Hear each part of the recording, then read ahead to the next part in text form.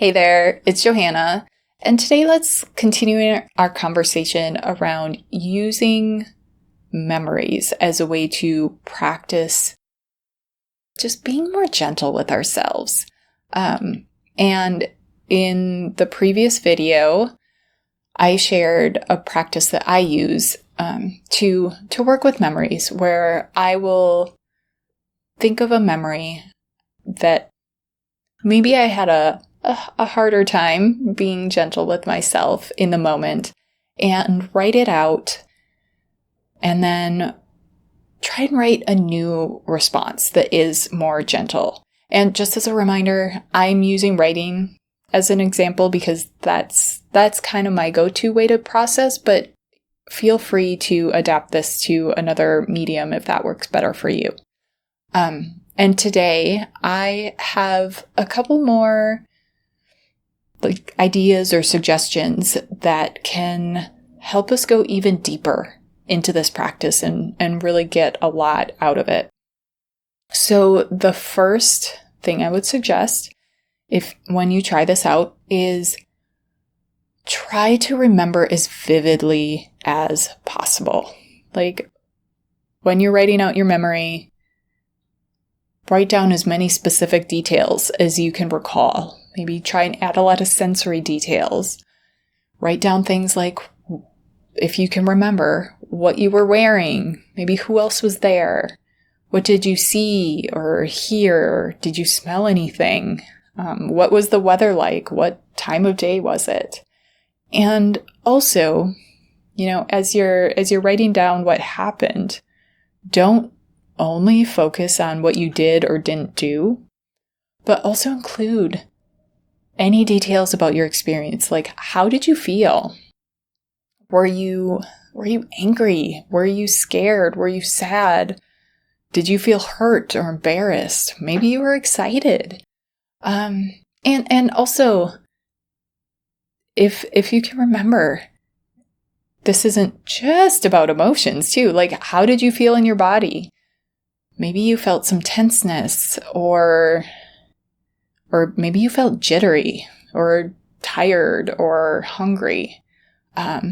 Just as many details as you can remember. And I know our brains are different, and like some people are more visual and other people recall things different ways. Whatever is most helpful for you to really recall that memory as vividly as possible. Because here's the thing, it's a lot harder to be harsh with someone when you are just really aware of what they're experiencing instead of just judging behavior, including you. And that kind of brings me to my next point. Try to get underneath the surface behaviors. The memory may come up because of what you did or didn't do. And yeah, that's important to record. But then let's take a look a level deeper.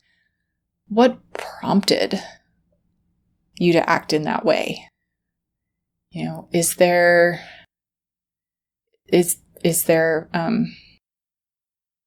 a reason you felt like you needed to protect yourself?